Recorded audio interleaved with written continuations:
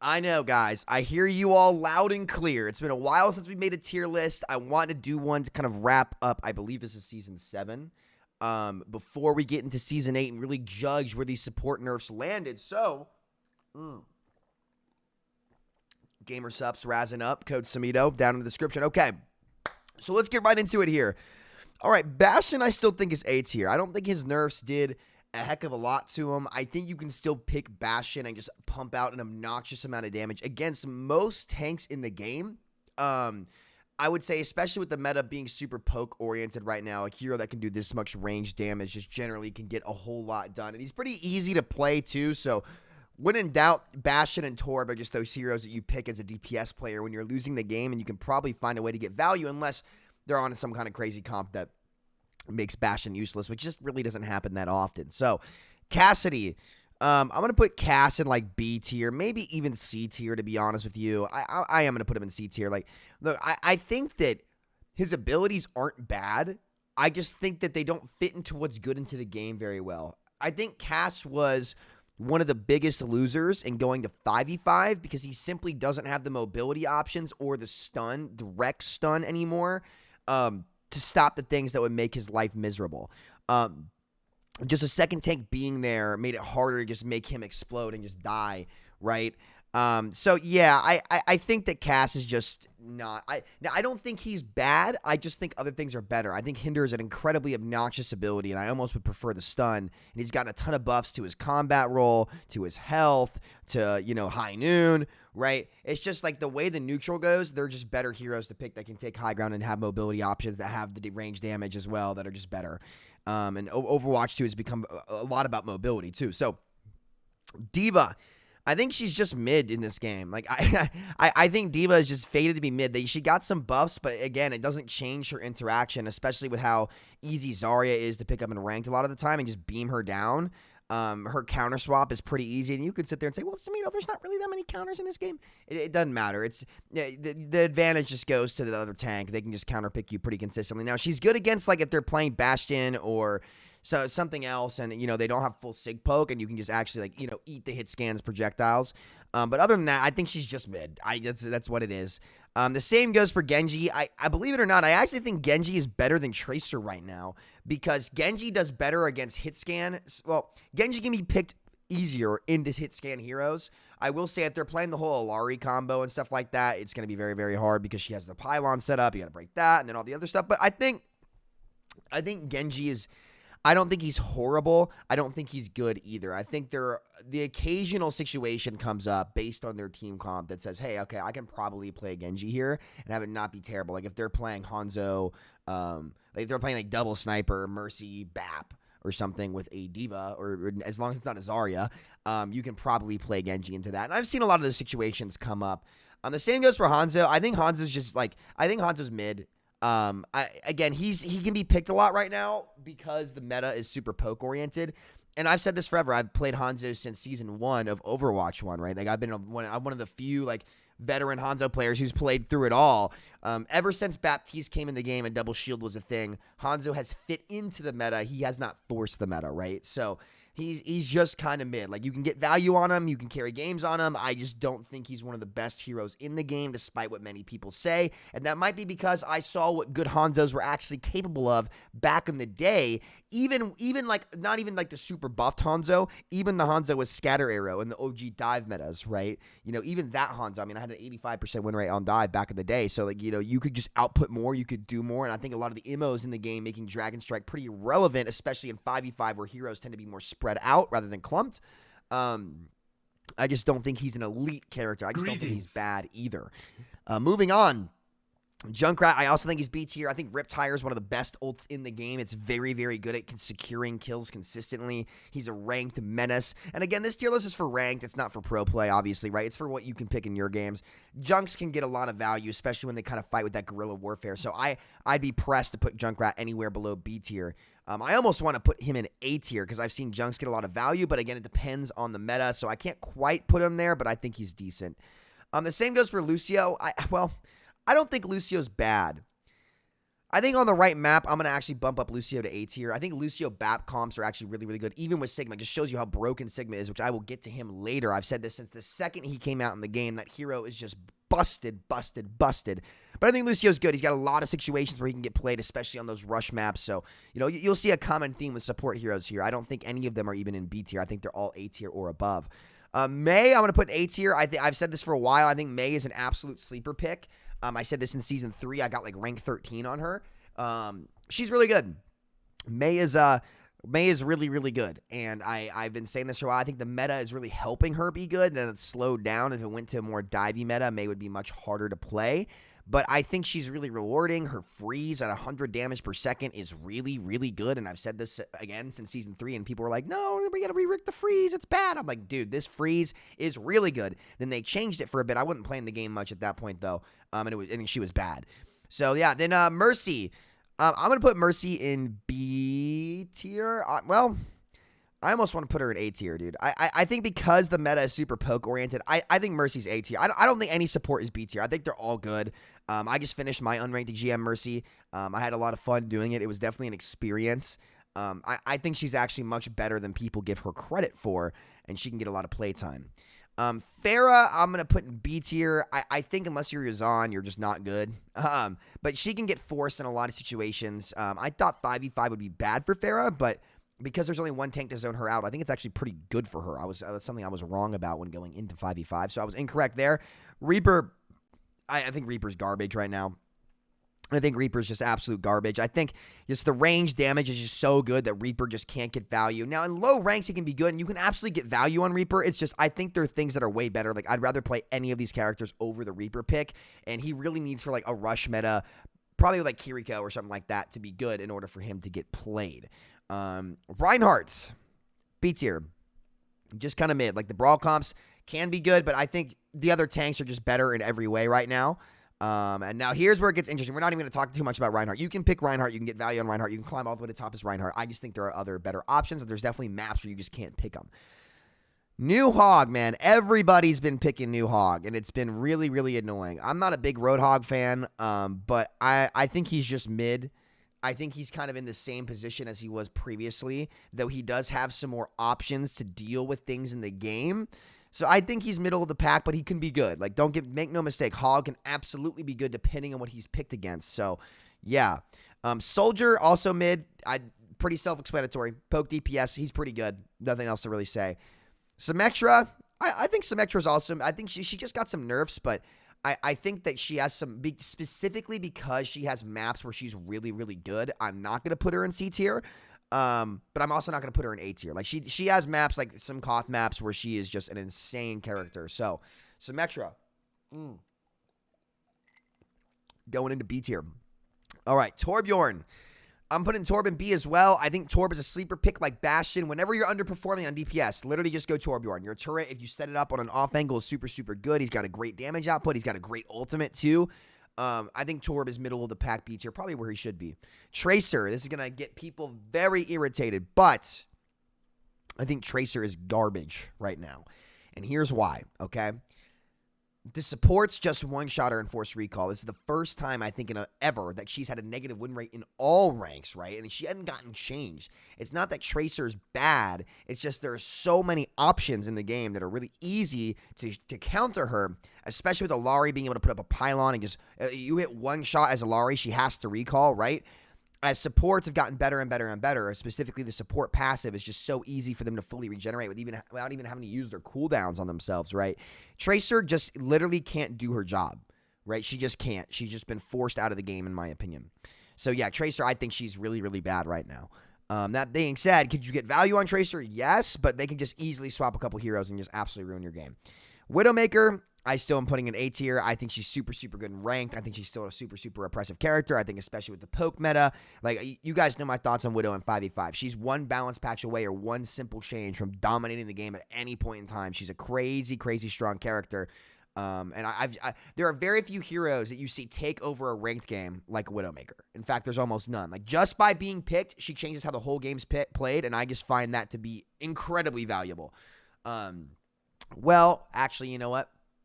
I'm going to bump her down. And you'll understand why I'm bumping her down to B tier, though I think she should be up here. You'll understand why momentarily. All right, Winston, I think, is A tier. I think Winston's always going to be A tier. He's going to be pretty good. A lot of solo options, can play the game on his own. Is countered by Bastion pretty easily, though. So, yeah, again, I think on the right maps, especially with an Ana, you can force Winston in almost any situation. Even if they go like Reaper Bastion or something, you might need to swap off to D.Va at that point. But I think generally you can win the hero swap roulette by picking Winston, because if they go that counter Winston comp, you just swap to D.Va. So, that's like if they go Bastion Reaper, you just swap D.Va. Zarya, I think, is also A tier. I think she's super easy to pick up. She's super strong. She can just brawl, do a ton of damage. I don't think she's the best tank in the game, but she's up there. Zenyatta. Man, I also want to put Zen. I don't think any support is B tier. I think Zen might be on the bottom half of supports, but that's not because he's bad. He just got some big buffs. Let me make this clear. Buffs to his Harmony Orb, letting it last for 5 seconds on targets now, and 225 health. Zen is not bad at all. Even though those Discord nerfs came in, I think still that it is very, very strong. And Zen is very, very strong, and I think he came out of that better than he was previously, which is why you've seen him start to get played more. I just think Alari is a better version of him in the meantime, but Zen is definitely not a bad character. Ana, I'm also going to put in A tier. Like, all of these supports are A tier because the passive doesn't let them be B tier. And I want to make that crystal clear. Like, the Ana nade nerfs hurt big time. Ana feels bad to play with her abilities now, but she can still get a ton of value, and really the support passive just bails out anything that they do. So I just want to make that crystal clear. The support passive means that no matter what, the support heroes are always going to be A tier or better, because the ability to passively regenerate, especially after 2 seconds alone, it goes so far beyond a quality of life passive. It objectively makes them the best role in the game. And until that passive gets changed, none of them are going to be ranked less than A tier in my opinion. But Ana, she's my favorite support. You guys know this. I've talked about how much I love Ana for such a long time. She's just really, really good. Nano boost is insane. You can still hit these big nades again, because you don't. There are very few times that you position well, at least in a ranked game, where you actually have to worry about nading yourself consistently. You can still chuck it in on cooldown because of the passive. So Sombra, I mean, I'm B tier at best, right? Sombra's the reason why I put Widow in B tier, because the new Sombra is actually very, very good against Widowmaker, unless they play like Kiriko and all those things. Sombra can be good as long as they don't pick the supports that just make her absolutely useless. I still think she's better than Tracer, because she can get in and out of the fights more. She's got better burst damage options than Tracer with Virus combo.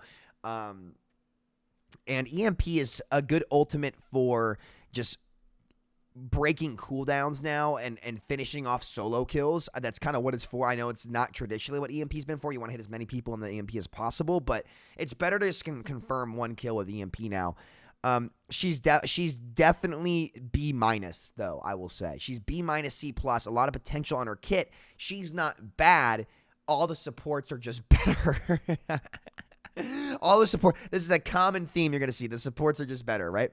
Orisa, mid, B tier hero. I think, well, in the poke meta, she could be good. I just think in rank specifically, right, going Zarya against Orisa is just easy value. So, yeah, that's what I'm going to say. Doomfist, also, I'm going to put in A tier. His nerfs suck for the skill floor, but once you hit the skill ceiling anyway, you're still doing all the same things. And if people were going to die to Doom, they would have died in those situations. So those nerfs were, I thought, silly, but his ability to command space when you master his CD cycle is really, really good. I almost want to put him in B tier, actually. I almost want to put him in B tier. Do I really think Doomfist is in the same tier of tank as Zarya and Winston? I think if you're at his skill ceiling, he can be. But for the general populace, I would put him in B tier. I'm just putting him in A tier because I can force Doom in a lot of situations, unless it's against Sigma. Well, actually, I take it back. I got to move him down. I'm thinking of the meta at the high level play now, and he's just not good into it at all. Alari, all this poke stuff, just absolutely floor him. I can't. I want to put him in A tier. I'll put him in A tier when they're not playing the busted Sig comps. Doom has his maps, like Route 66 first point defense, Numbani defense. Like, there are definitely points where Doomfist can really, really excel. I just think generally there are niche situations for that, unless you're at a skill ceiling. So I'm putting him down here for your average player. Moira, dude, I think Moira's not bad. Like, listen, I don't like getting Moira's on my team. I just don't think she's a bad character. I don't. And I know people are going to sit there and say, how could you put Moira in A tier? Dude, I think Moira's been underrated for a long time. I think if you know how to put out stats, you can get there. And I see players climbing. The reason why I'm putting Moira up here is I see so many players climbing to ranks they frankly shouldn't be in without Moira really consistently. I see this all the time where if a hero can boost a player's rank and allow them to bypass the skill curve for where they would be, a whole rank lower on any other character, the character is strong, right? It's unreal how much you get out of Moira for not having to learn the game, right? Does that mean she's the best hero in the game? No. I just can't rank a support in B tier. I think every single support is just really, really playable. So yeah, we'll see momentarily here. Brigitte, also A tier. I think Brig's really, really good right now. She's the most underrated character in the game. People don't know how to play her because Inspire doesn't show up, and I recommend you go watch my Brig guide if you're a support player that wants a pick that can answer anything, right? Most supports that people play, Mercy, Zenyatta, even Ana, right, get countered by dive a lot of the time, and if you learn Brig, the anti-dive character, no matter what happens, you have the nuclear deterrent to swap to if things are going wrong. So I would recommend any player who is learning support. Brig is one of the most useful anti-counter swap picks you can possibly have, and I think she will make you climb on support if you learn her. So I would recommend you learn Brig, and this is coming from somebody who had to play her in pro play. So before Samito, you just hate Brig, blah, blah, blah. Buddy, do you know how many hours of scrims I have on Brig? So many here. Okay, so let's keep it moving here. Ball, B tier. He's mid. He's just mid. I'm not even going to explain it. Ball is just mid. Ashe, I'm going to put A tier, again, in the poke meta. I think Bob got pretty big nerfs coming into this game, which he probably needed. He was super, super strong in Overwatch 1. But I still think she's good, especially like in a poke meta. I think she can get a lot of value. So yeah, I think Ashe is pretty good. Baptiste, I mean, come on. S tier character. He's just so strong, dude. He's such a good character. I'm not even going to elaborate. He's a DPS that can AoE heal with multiple AoE healing abilities and 2 ultimates, with his immortality field literally being an ultimate. And still, somehow, some way, it looks like there's a chance the developers might fundamentally change anti-nade before any of the immortality fields in the game, which would just go to show you how silly things can be over there at Blizzard. Respectfully, I will be genuinely shocked if they nerf anti-nade and rework nade before they rework any of the immortality abilities that have been what people have complained about for years. But it just go to show you the vision for the game is just different. But we'll see what they end up doing. No surprise here. You know what? The only thing I regret about my previous tier list is not putting Sigma in S tier. I think he's been an S tier character this whole time, and finally the people realized, wait a minute, with BAP, especially with the small changes he's gotten over time, and all these other heroes, Sigma, you can just play him anywhere, which is what you saw Mayhem do in Overwatch League. And it turns out he was that broken, and he has been this broken ever since his release. He just has everything, right? His grasp is uncounterable. He's got a shield that he can do range poke on. He has a stun. This hero has been over-kitted from the second he came to live, and this hero might single-handedly be the reason as to why Double Shield was able to get away with so much in tandem with those supports that we talked about in our previous video. I mean, obviously, Orisa not being able to headshot and fortify really made a big difference, but the real difference maker that broke the game on top of stacking it with supports was Sigma, and he never got addressed in any meaningful fashion. Just reducing the shield doesn't change the fact he has a cooldown cycle that are unanswerable by most of the cast, on top of range poke and a stun that's unanswerable. So Sigma is an override to everything in the game, and that's what happens when you start making DLC heroes that have abilities that override everything. You can't pierce his grasp on most characters in the game, right? You can't deal with his stun. He can just stun you and poke you and kill you. You can't really answer Flux unless you're playing one of those immortality supports, right? Or another hero that can stun. So he no matter what happens, he has abilities that override other abilities, and that's why he's so strong on top of having everything in the game. Echo, I'm gonna put Echo in A tier. I think she's sleeper. You can play Echo in a lot of different situations. She's one of my favorite DPS play heroes to play. Ever since DPS Doom went away, I've really gone to Echo and Mei as my main characters. And I played a lot of Sombra this season, too. I got like rank 16 on Sombra. She's fun. I think the copy changes were overall buffs. Just because you get the second life. Actual ult usage in copy is almost non-existent, though. Like, you almost never build your ult anymore, and you have to play pixel perfect in order to get it when you copy somebody. I'd like to see more quality of life changes come to her, but I think she's still a very, very solid pick. And if you're a DPS player who wants Echo's the anti-cheese hero, right? When they pick cheesy things like Torbjorn, Junkrat, Bastion, right? You can pick Echo into those heroes and really get a lot of value, and that's why I like her. She's kind of like the Brig of DPS, where Brig is very good at answering corny comps or dive comps that the other team has. And Echo's the same way for the cornball picks. So I like Echo. So just B tier for most players. Again, those SO changes that came out a year ago, I think ruined the hero for anybody who's not a pro player.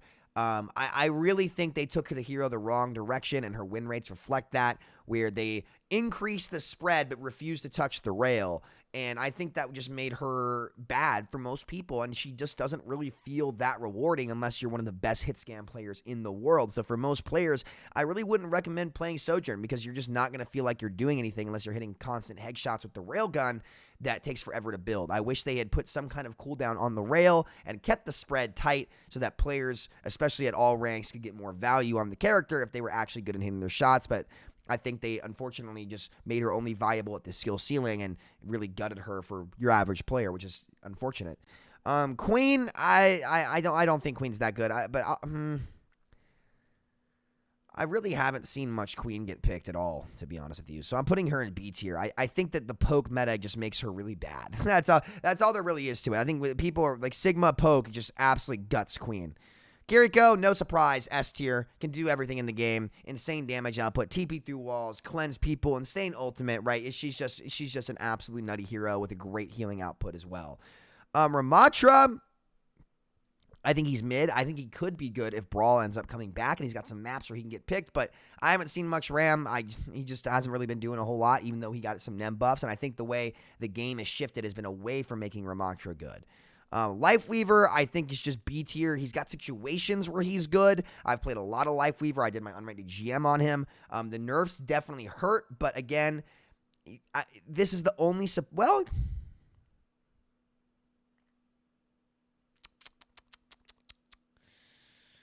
do I want to put Weaver in A tier? I lied, guys. There's one support I'm not putting in A tier.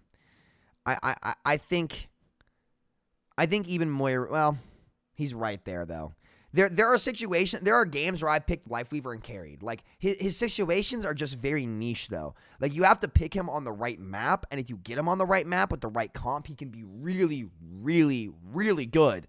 I just don't think those... I think he's so map dependent that because he really like Weaver's kit relies on the map so much. There has to be verticality that he can escape to. There has to be wide angles and back corners he can anchor his team. So when he gets the right maps, he is A tier.